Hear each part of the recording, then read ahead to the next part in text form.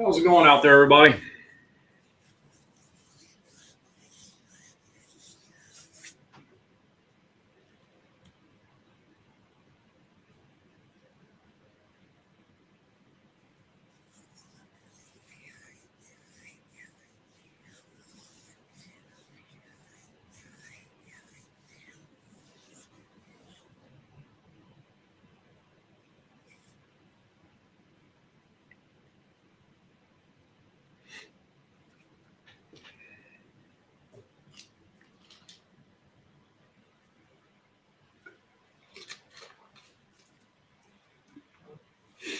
Who do we got on here tonight?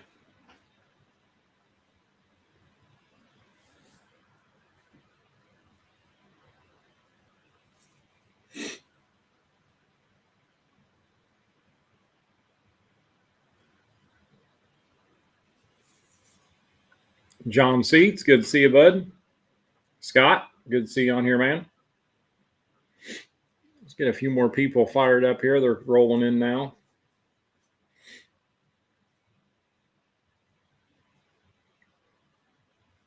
Mark Coleman, good to see you on here.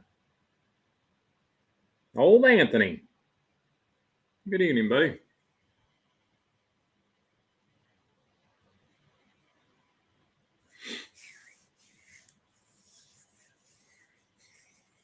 Jason, good to see you on here.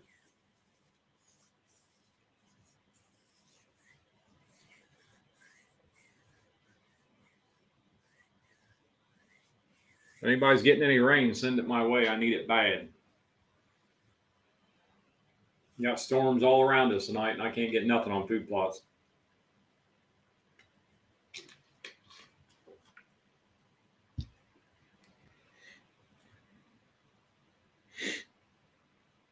Absolutely, Scott. Yeah, when normally when you have a deer that gets messed up like that in that rack, one ear grows off on one side. Usually it's an injury from the other. So 99% of the time, that's what's going on. One that's jacked up as bad as that one you sent me a picture of. Anthony, I know it's bad dry here. We supposed got some rain the other day, and I went down and I should have put some videos on here. Went down and worked ground. I've never worked ground so dusty in my life. I couldn't see where I was going. It was horrible. Then the rain never showed up. I mean, it was bad. It was so dusty and powdery that a cultipacker couldn't even pack it. And now we got rain all around us, but nothing hitting the plot. It's dry as a bone. And I'm leaving for a show that's coming next week.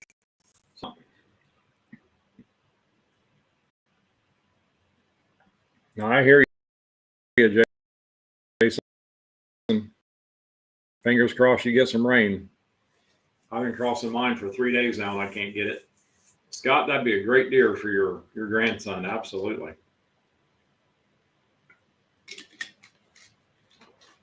Well, guys, we got a pretty easy topic tonight. Very easy. So I hope you got some questions. We're talking a little bit about herbicides, not herbicides. Here I am talking about herbicides already. Talk about insecticides. And there ain't too much to go over on it. It's something that I do pretty religiously. I never used to until I got army worms for the first time, probably 7-8 years ago, probably, and completely wiped out a honey hole plot, half of it overnight. I mean, nothing left. And I started shopping around. Yeah, don't get me wrong. You can hire guys, come out and do it. They can put this high dollar stuff on, but like I've showed you before, and I'll show you again tonight, go to Menards, go to Walmart, Home Depot, Lowe's, Walmart. You can get what you need that you can mix right in. You can mix them with your herbicide, you mix them with your foliar fertilizers, or you can spray it on its own. When I'm spraying Jolt, especially on my annual plots, because I have more issues with annual plots than I do my perennial, especially the brassicas. Brassicas bring on the bugs. I mean, they will bring them on. So anytime I'm spraying Jolt, no matter if I'm doing it every 2 weeks, I'm mixing in the insecticide right with it, even though Most of it shows anywhere from 6 months to 12 months coverage that it will control. I don't like the beetles getting in there eating the big leaves and the grasshoppers and the crickets and all that. I don't like that. The moths are real bad in Nebraska plots. So, for the army worms, I've tried 2 different products. I tried the 7. It works all right. It works excellent for any other kind of bug. I mean, it'll treat, like it says on there, over 500 species, and army worms is one of them. It did knock them down, but when I decided to try this, the cheapest thing I could buy, like I've showed you before,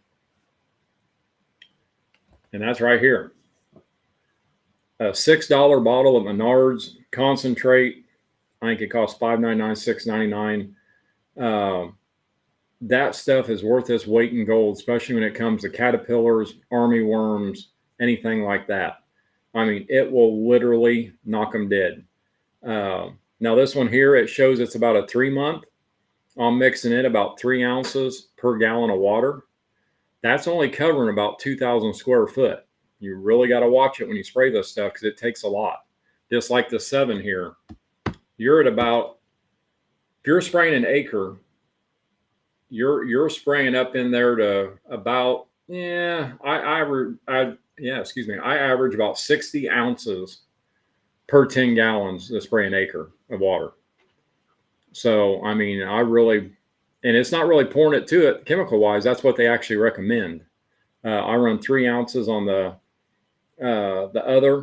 Insecticide, but again, you're only looking about 2,000 square foot is all it's covering. So make sure that you add all you need to it, do the calculations for your acreage, and do what you need to do there. So again, the 7 works very well, but when it comes to the caterpillars, the army worms, the Insecticide just works so much better. I mean, I could not believe the difference. I mean, when I was spraying this stuff on it, the Insecticide, I was literally watching these bugs curl up and die. I mean, it really knocks them down. So, and that's what you need. So, I really highly recommend that one over the 7. But again, the 7 works very well for all other. It's treating like 500, where the other one treats about 260 different insects. But the 7 works. 7 works good, all around good control, but just not as good on the army worms. And now maybe I could juice it up a little bit more, make it a little hotter. I've never tried it after going into the Insecticide. It's just became my favorite. I mean, I buy it by the cases and go through quite a bit of it in the fall. This year I haven't, because I can't get it in the grow with no rain. So we'll wait to see what happens there. By the time we probably start getting rain, it'll probably have a cold front come through and kill all the insects. So no insects and no food. So I guess I'll have a win-win situation, won't I? But and both of them are safe. Like I said, both of them are safe. If you're spraying your clovers, your alfalfas, anything like that with a select herbicide, mix them right in with it. It'll work out just fine. Now, when I'm spraying them alone, I don't mix in any kind of surfactant, no bean oil, no crop oil, no nothing. But now when I'm doing my herbicides, I do. It's just because of the herbicide, not because of the insecticide. The insecticide, you do not need to. So, but with the herbicide, you definitely want to, and it's not going to hurt anything. So, springtime of the year, a lot of times when I'm spraying my Plot Max, if I'm spraying my Liberty with my Plot Max mix into it to kill an area off, I'll mix in the insecticide with it, so it gets down in that ground and kills whatever's there. So just kind of give it an early start there. So works very, very well. Get back here with some questions here. Doug Lamb, good to see you on here, bud. Jeff Johnson.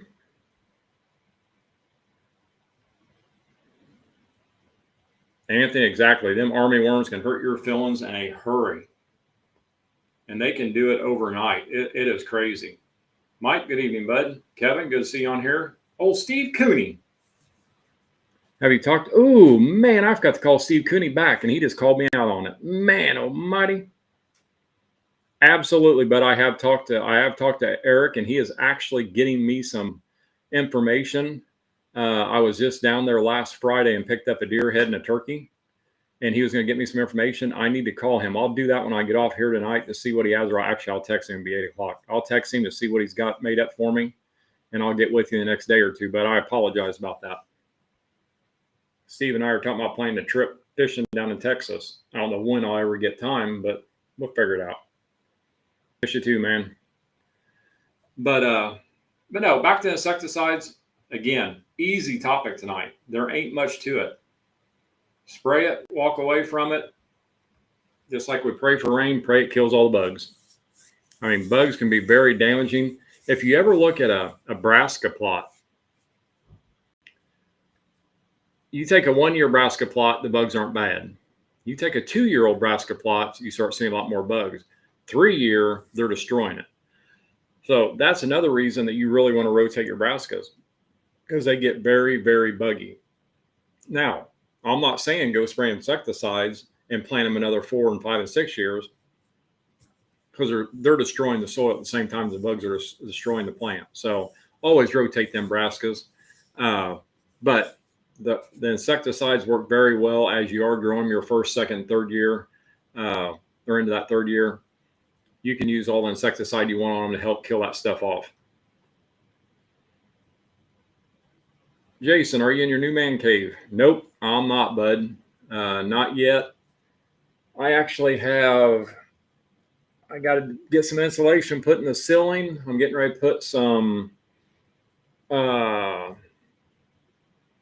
knotty pine on the ceiling. Knotty pine on the ceiling, insulation up in the attic, and then put all my trim on. Then I can start moving critters and everything out there and getting everything set up. So we've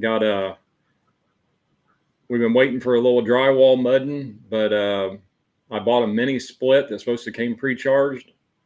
It showed up, put it in, evacuated it, went to fire it up, no Freon in it. They sent me a unit that was empty and a Freon that nobody can get their hands on. So they're sending me a brand new unit. It's supposed to be here tomorrow. So I got to get the air conditioner working in there before I can do any mudding or taping, just because of the humidity. So it's just putting me back and back. If it wasn't for that, it'd have been done right now, but just waiting.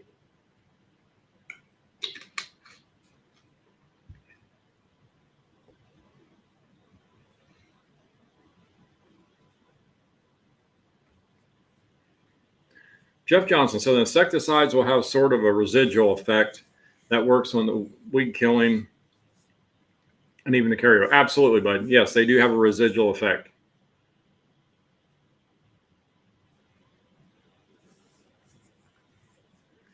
Anthony's asking if I only use granular. I mean, if I only use liquid or I use granular. Truthfully, Anthony, I've never tried the granular, just because of the amount that it the coverage on it that I've looked into is going to take a lot, and spreading it, and I'm pretty much going to have to spread it with the ATV, and especially my brassica plots after they get so tall, I don't want to get in there with it. Or something like this with the liquid, I can actually park beside it on my smaller plots, and I can spray 25 foot with my boom off my hand sprayer off of my side-by-side. So I can really reach out there and spray them plots down good that way, and I do not have to drive over them. So that's one reason I really use liquid. Granular, I think, would work very, very well for starting a plot. When you're getting ready to work the soil, spread it out just like you would your lime or your fertilizer, or put it in with them and actually grind it in when you're tilling the plot. I think it'd work very well, but it does take a lot of granular to cover the square footage, as in what the liquid does.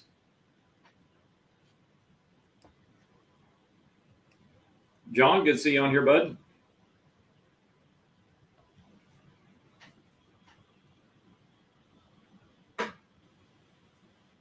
Man, I wish we could kill them flies, Mark.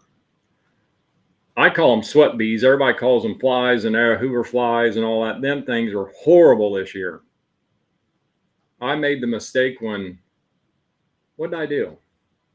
Oh, I went down to my place on the lake and mowed my lot down there last weekend.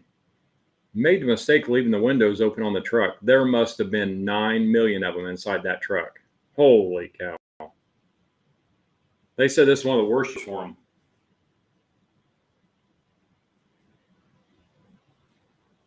Let me see what John has here. I'm doing a slam dunk honey hole blend. Can I broadcast without covering, raking it in? We have had a ton of rain. Man, I hate you guys when you talk about a ton of rain and I can't get an ounce. No, I'm glad you're getting rain, John. We've had a ton of rain, and I'm afraid once it dries up, we'll not see any more rain.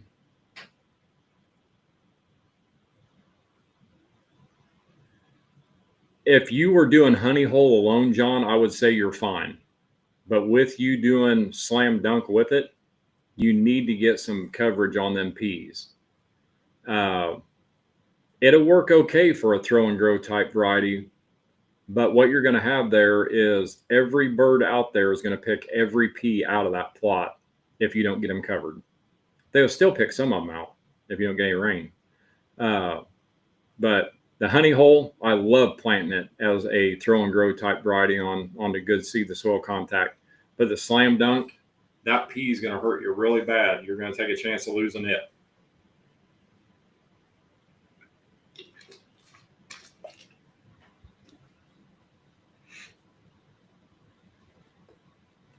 I've had more people this year ask me questions about my favorite honey hole and slam dunk mixture.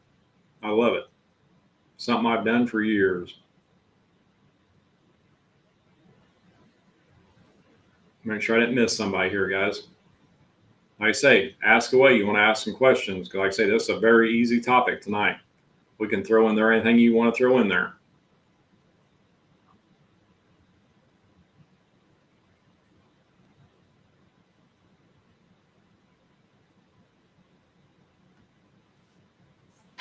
You're welcome, John.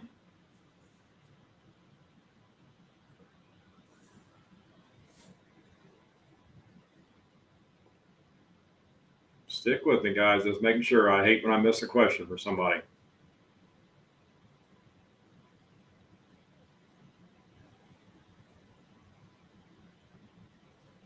All right. I think we're good there. But nope. Like I said before, insecticide, easiest thing ever. You're not going to harm your plants. Not going to harm your soil. Hopefully, you just harm the little critters that are getting it and eating on it and chewing it up and killing it and everything else. So that's the good thing about having something cheap like these two type that I just showed you. I mean, the Insecticide is, like I say, it's like $6. The 7's like $11. I mean, it's very, very well worth it if you get infested with any kind of bugs, especially. I mean, I don't know how you guys are where you're at, but we still get a lot of the Japanese beetles and stuff like that. That just, man, they will just chew up a brassica leaf in a hurry. So that and the moths are real bad on them. Scott saying, Robbie, I use a tractor tire wrapped in chain link fence to break up the top crust of my dirt because I have a fair amount of rocks. And my slam dunk honey hole grows perfect every year. Good. Grows perfect every year. That's perfect. You know, I was telling the wife here the other day that I think I should just sell the tractor, sell the disc, sell the tiller, keep the old big red 3-wheeler, which it ain't going nowhere anyway, the side-by-side, call the packer, and keep my old harrow section. Because when I started out food plotting, I never disced the soil because I didn't have a disc. I never tilled the soil because I didn't have a tiller. I didn't have a tractor. I had a Honda Big Red 3-wheeler, and I had a harrow section. I didn't even have a call the packer back then.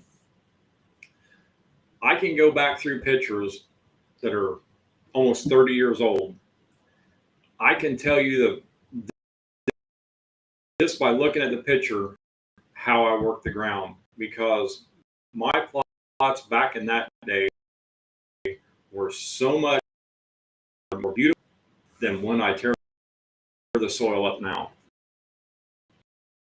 And I told her during that dusty mess last week when I was planting, the old school way that a lot of people still do it it that way. And I'm kind of jealous because I'm not.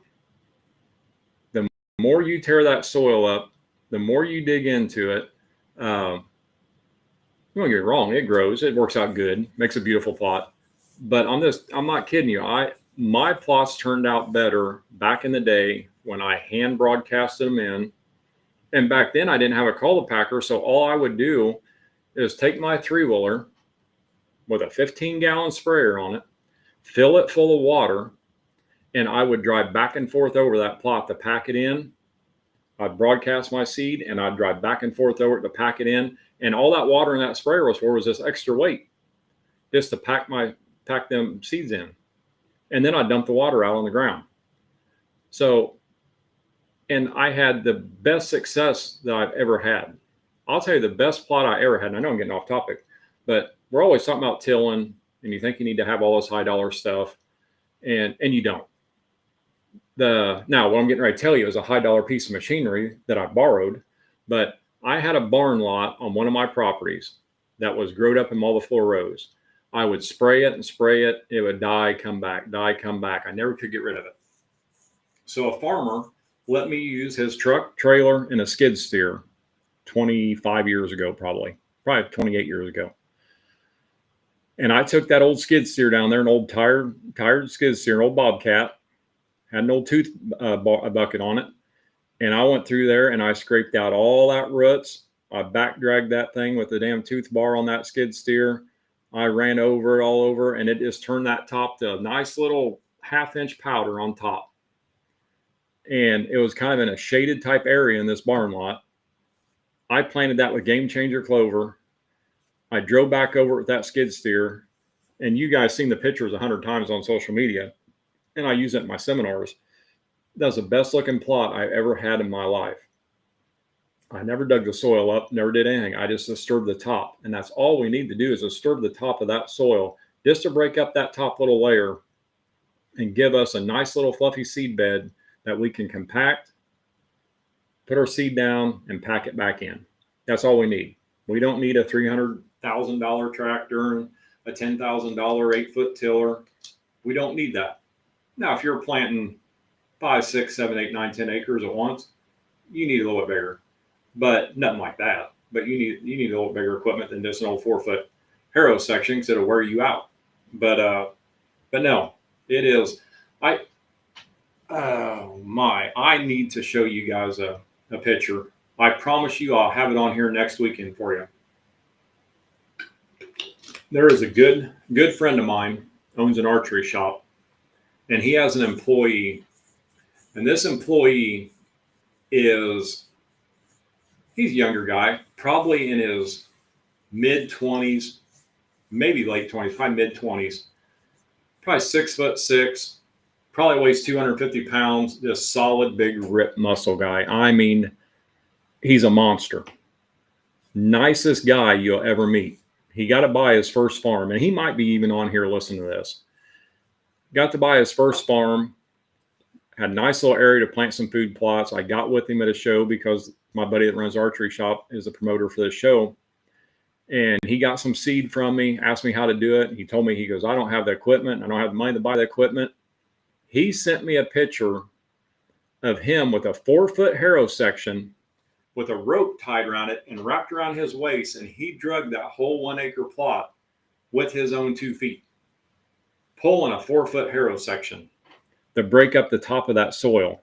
It was the most prettiest honey hole plot I have ever seen. And I got pictures of him doing it and the afterwards of it. And I will put them on here for next week, because I'll tell you what, I have to look at his text up and get them because it is amazing. But he did that all by hand sprayed everything with a pump up sprayer and drug that plot with a 4-foot harrow section that probably weighs 110 pounds probably, with the teeth down, pulled it just by his body weight and muscle. And it's the most beautiful plot I probably have ever seen of a honey hole plot. 10 times better than anything I've ever planted. And this shows you a little blood, sweat, and tears. You don't need all that big high dollar stuff. It just, mind power will overpower it. So now he did tell me he couldn't hardly walk for a week afterwards, but he got the job done and he killed a nice deer off of it. So that's all that matters. I know I'm just rambling. I apologize, guys.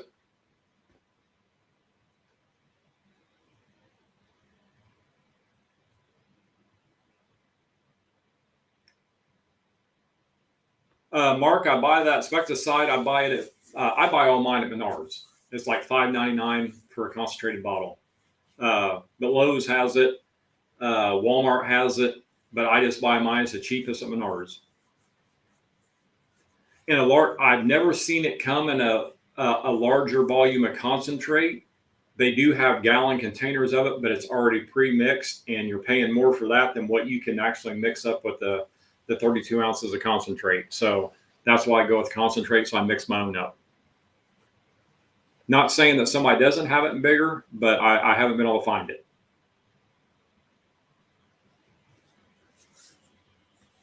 John, you're asking how many years a clover plot good for before you need to reseed it?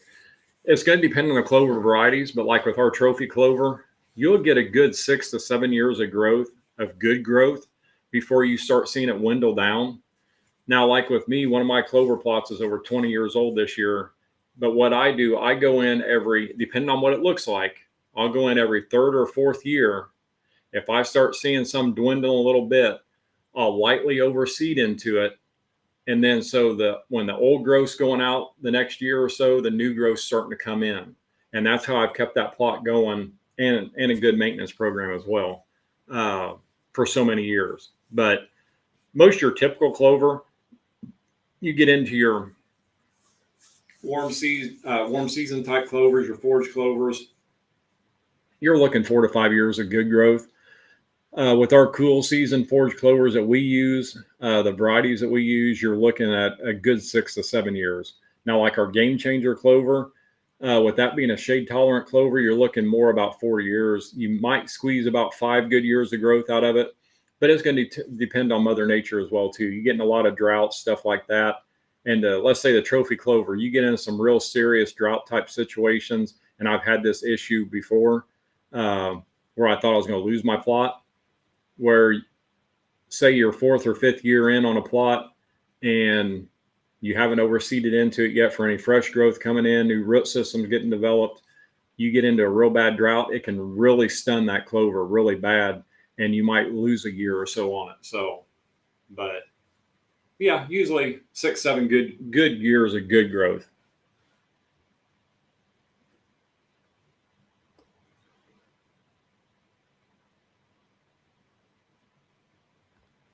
John Seach, you tell all them grandbabies we said hi and we love them, and we'll see them here soon.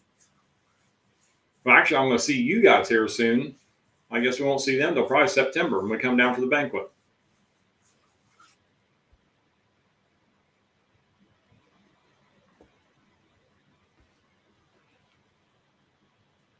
Jeff's asking how much does it actually hurt / kill the brassica plot driving over it with an ATV sprayer spraying Jolt? Will it come back with just one pass over it when it's 4 to 6 inches tall? The bigger the plant, the most likely you'll kill it. You get 4 or 6, 8 inches, even in 10 inches of growth, usually it's going to bounce back on you.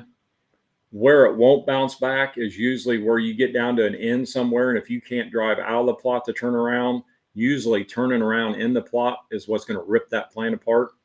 But driving over it, usually it'll bounce right back up. You won't think so. I've done it for years before. You drive through it and you look when you leave going, oh my, I'm going to have dead stuff all through the tire tracks everywhere. You come back and it's standing right back up, just like corn. Blow corn over to stand back up. So now you get into the bigger mature plants, you're getting in there a foot over tall. They're starting to get a little stemmier. That's when you can snap them. So them younger limber plants, you usually hardly ever have any problem with.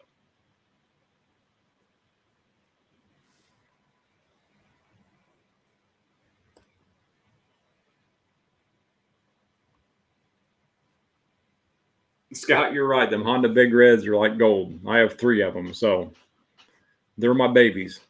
Especially the one. I've had it ever since it was brand new. Bought it in 1986, brand new. That's my baby there.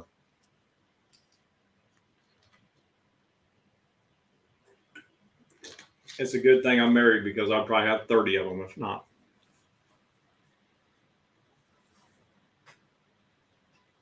Anthony, talk about using a 4-foot spring tooth harrow all the time.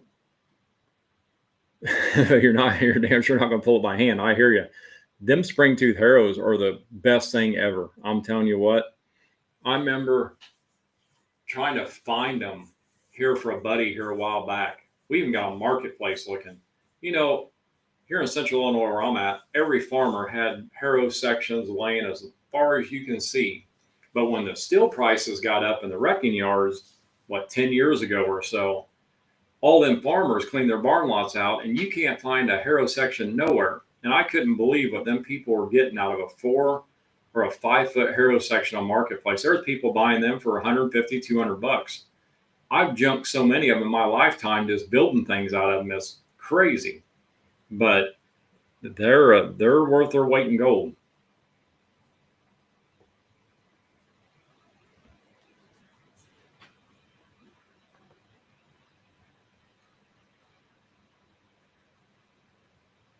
Scott taught I use Game Changer clover. I just mowed it, and as much as I hate to, I'm going to spray it and go behind it with honey hole and slam dunk. There you go. Well, the good thing about that is, Scott, is you plant a Game Changer clover, and that Game Changer clover is going to suck all that nitrogen in from the atmosphere while it's feeding them deer. It's going to store it in that soil.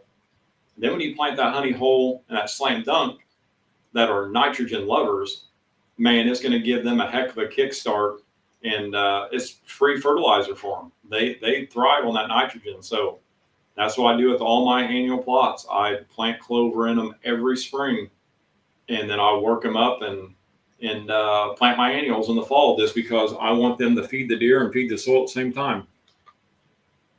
Very inexpensive way to do it.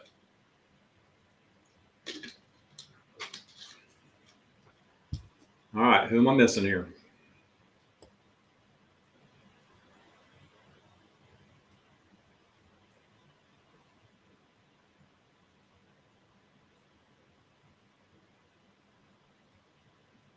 Now, I will tell you something about fertilizer, and I kind of got to rib my buddy. I almost said his name. I'm not going to say his name. He'd get mad at me. But when you're using fertilizer, make sure it is not a weed and feed type fertilizer. Don't put that on your food plots, especially your annuals. I'm not trying to be mean about it, but I just got to rib him a little bit because I know he'd do the same thing to me. That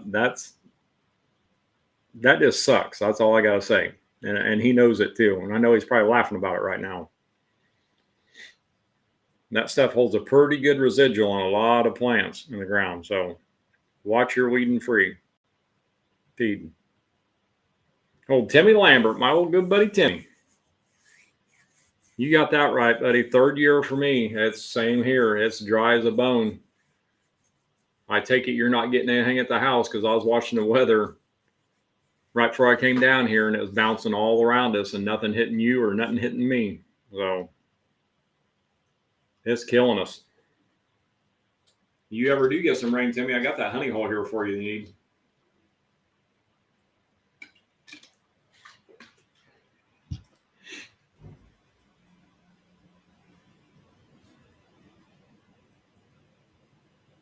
John Seats, it happens. I know, bud.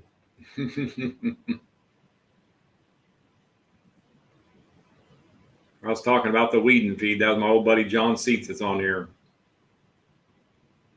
I call my brother from Southern Illinois. He's I'll never forget that phone call when he called and asked me about that weed and feed. Man, that was horrible.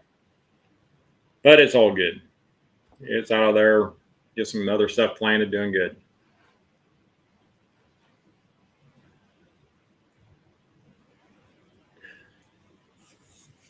Jeff, I'll tell you what. When you're asking the difference between a spring tooth and the spike, for more aggressive stuff, I like the spike better. But the spring tooth works very, very well. If you're just trying to break up that top layer, it works real well. But if I have like an area, like a lot of my areas, like the old cow pasture, stuff like that, harder than hammered hell, I like the spike tooth better. But that spring tooth is a very good one. I actually wish I had one. I don't have a spring tooth anymore. I wish I did.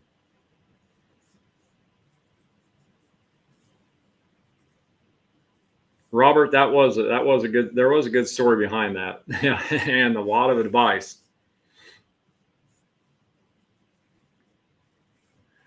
Mark Coleman, any big news coming from Antler King? New mixes, new swag. I wish we'd just get out of swag completely. Is what I wish we could do. That stuff's like working with the mafia anymore. In the magnitude that we buy it in, it's ridiculous. Especially now with everything coming over, used to come overseas all the time, and we've actually had an email going through the last 3 days about swag that we're running out of, what we want to do, and I don't know.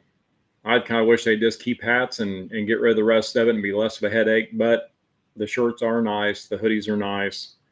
I don't see any new hoodies coming in. I've been really pushing on a how do I want to call this? More of an old school t-shirt print. Kind of like if Antler King was back in the 70s. I guess you would kind of say distressed kind of look, but kind of the old writing, the old Antler King logo, just kind of, I'd like to see something like that. I've been seeing some other people in the hunting industry getting into that, and I really like that old school look. I think it looks really neat, and it's something different. So I know we bounced a few ideas off each other here a while back, and getting some ideas thrown our way, but it just wasn't really what I was looking for and what I liked. But there's a possibility there. New mixes. I'm proud to say we are testing a brand new one out this year. It's going to be pretty much like Honey Hole on steroids. If you love Honey Hole, you're going to go nuts over this one. But that's about all I can say about it. But we're testing it. But with us, you never know.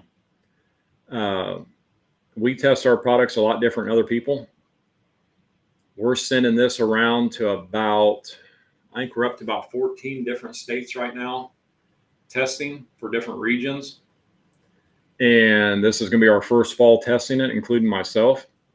So we'll see how the percentages go. If we don't like it, we're going to have to wait another year. If we like it, you'll probably see it come out in 26, or you will. Probably the ATA show.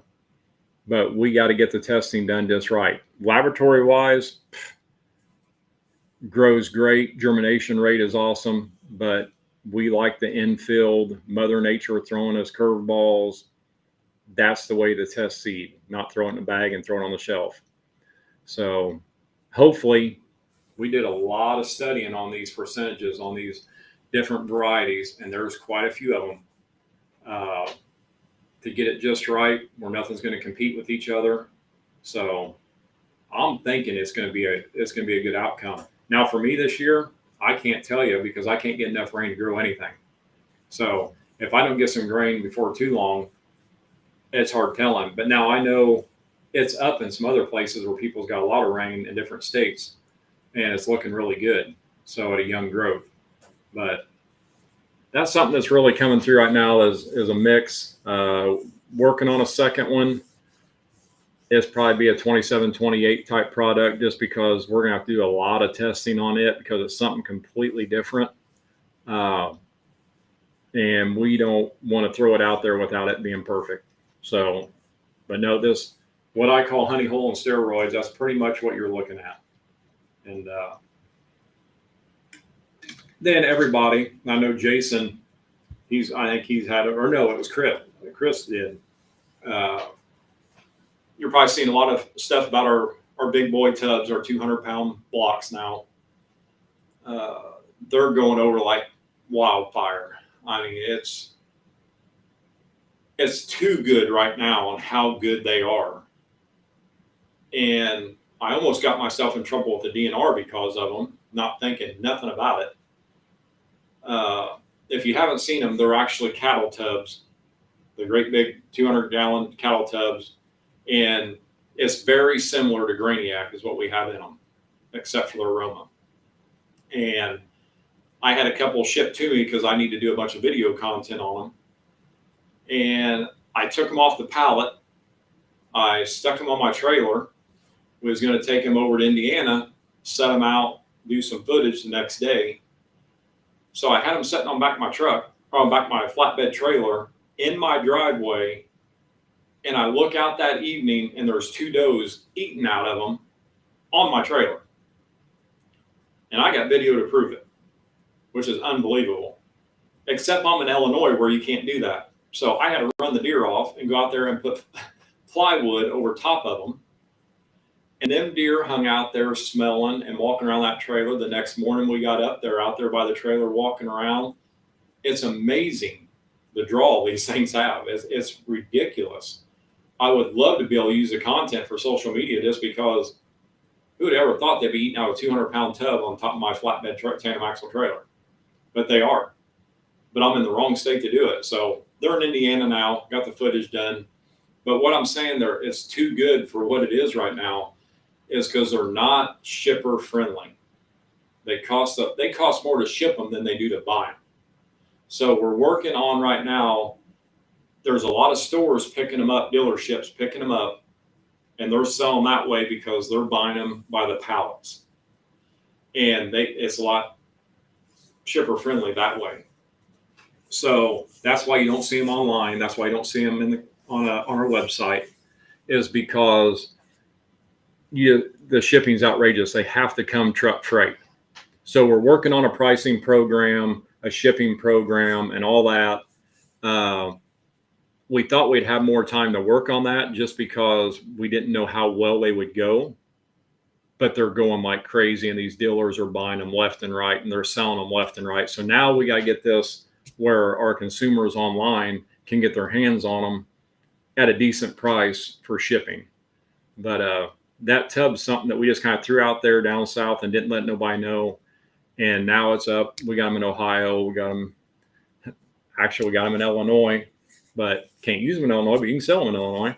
They're over in Indiana, Iowa, Texas, Georgia, Alabama, Florida. There's dealers a lot around, a lot of dealers in Ohio. But man, they work out excellent.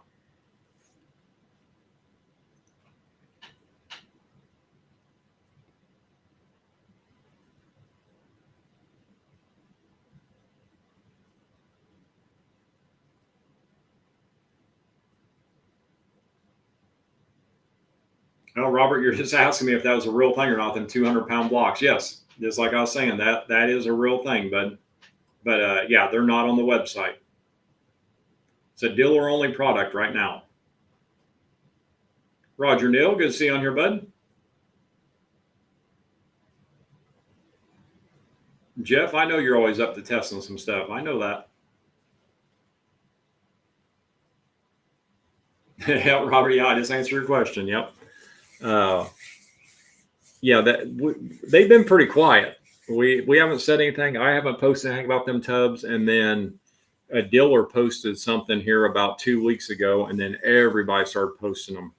And my phone is blown up. People wanting to buy these things, and there ain't no way they're going to pay the shipping costs and what it costs. So we got to get this all worked out and try to get some special freight and all that. And hopefully we can get that all worked out so it's not just a dealer only product, but they are heavy. I'll tell you what, 200 pounds, it's a lot to play around with. You better have a loader tractor.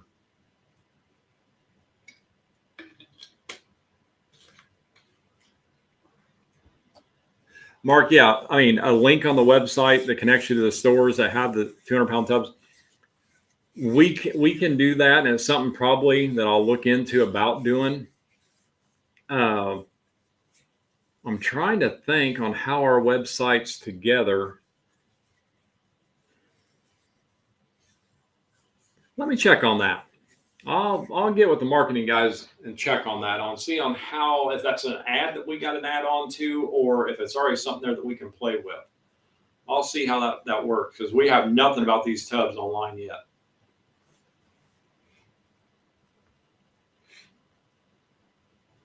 All right, guys, got any more questions for me? I think I've answered everything on here.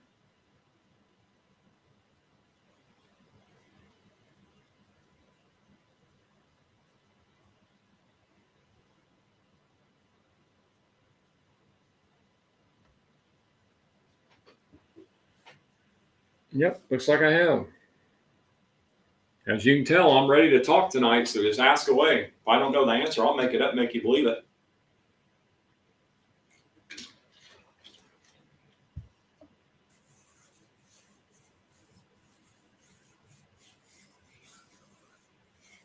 Jeff, there is 12 on a pallet.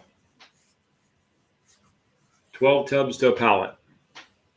Mark Coleman, good night, bud. Thanks for being on here.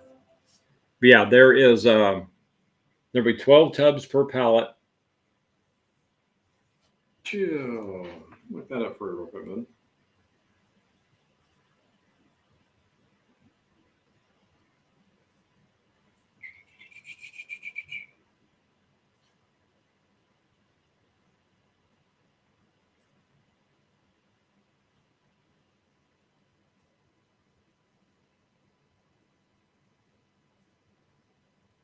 Yep, 12 of them is a full pallet.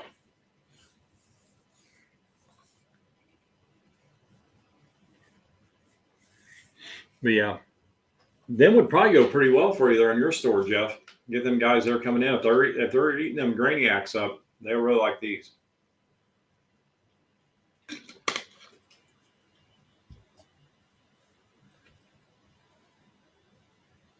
John, you're welcome, bud. I appreciate you being on here.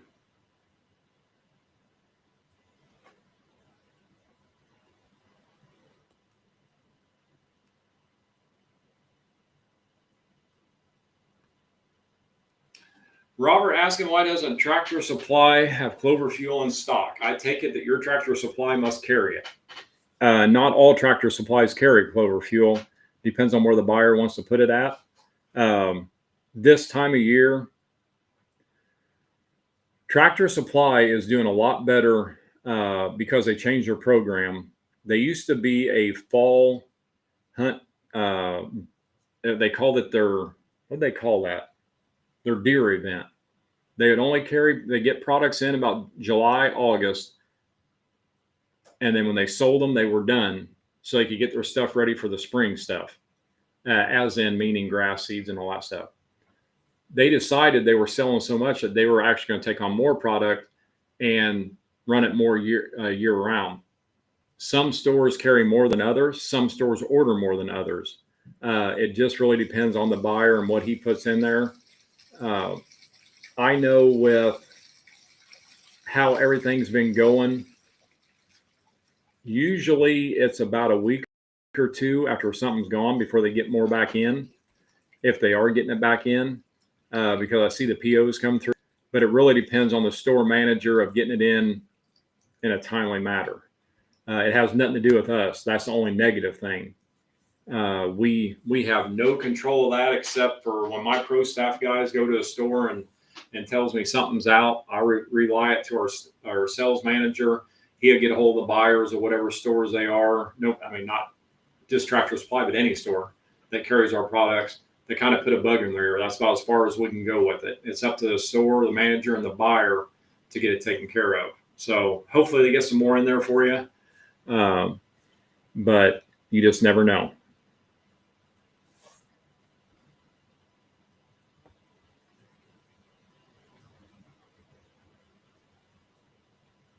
Scott, you're welcome. I appreciate you on here, bud.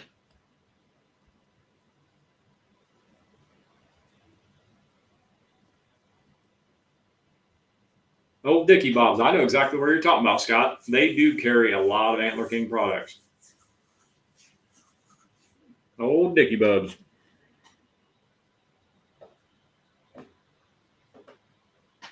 Well, guys, you got anything else?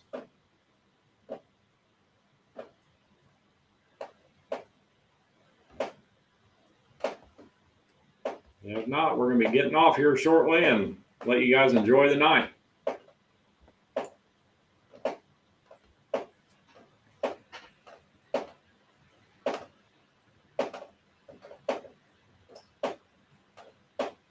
All right, well, you guys have a good night. I'll see you here in a couple of weeks, and we'll discuss some more, see what we got. You guys have a good night, and I appreciate you being on here.